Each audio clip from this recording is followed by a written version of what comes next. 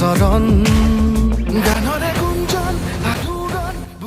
hello' মই বিকাশ আৰু আপোনালোকক নতুন এটা ব্লগ ভিডিঅ'লৈ স্বাগতম জনাইছোঁ আৰু গাইছ এইফালে গৰুক খেৰ দি থৈ দিছোঁ আৰু ইয়াত ভিডিঅ' এটা শ্বুট কৰিম ৰিয়েকশ্যন ভিডিঅ' গাইছ অ'কে তো আপোনালোকে চাব পাব এই ৰিয়েকশ্যন ভিডিঅ'টো মোৰ আৰু এটা ইউটিউব চেনেল আছে ইউটিউব চেনেলটোৰ নাম হৈছে বিকাশ ব্লগাৰ ইয়াত স্ক্ৰীণত আহি আছে তো তাত গৈ আপোনালোকে ৰিয়েকশ্যন ভিডিঅ'টো চাব পাৰিব আৰু এতিয়া শ্বুট কৰিম এতিয়া এইফালে দেখিছে ষ্টেণ্ড ৰেডি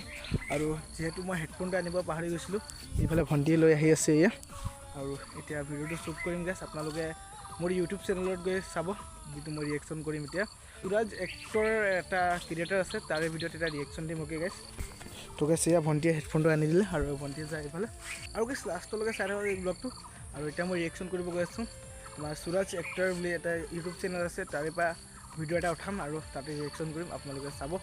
মোৰ ইউটিউব চেনেলত গৈ মই কি ধৰণৰ ৰিয়েকশ্যন দিওঁ একদম কমেণ্ট কৰি তাত জনাই থৈ যাব দেই গাইছ আৰু গাইছ ফাইনেলি এইফালে ছেটআপটো মই ৰেডি কৰি ল'লোঁ ইয়াত মোবাইল থাকিব আৰু কাণত হেডফোনটো লগাই মই ইয়াত ৰিয়েকশ্যন দিম আপোনালোকক দেখাইছোঁ কি ধৰণৰ ৰিয়েকশ্যন দিম অ'কে গাইছ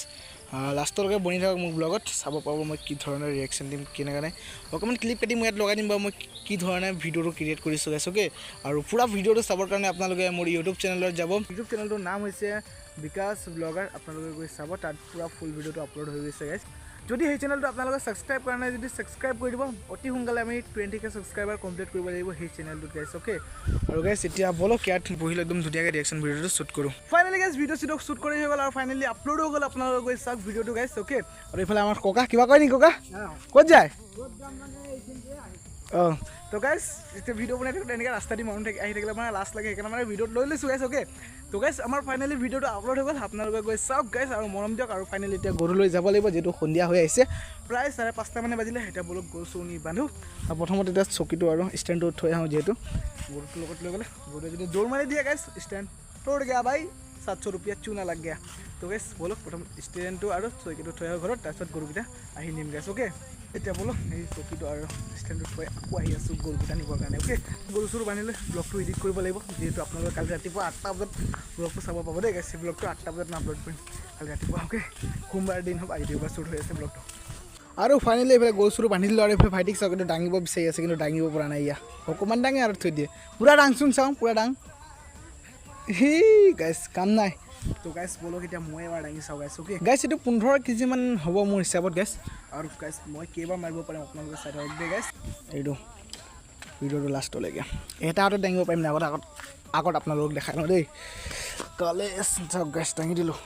ইয়া এই এনেকৈ কৰি চাওক এনেকৈ চাওক দাঙি দিলোঁ ফাইনেলি এটা হাততে দাঙি দিছোঁ গাইছ দেখিছে গাইছ বলক এইটো দাঙি চাওঁ এতিয়া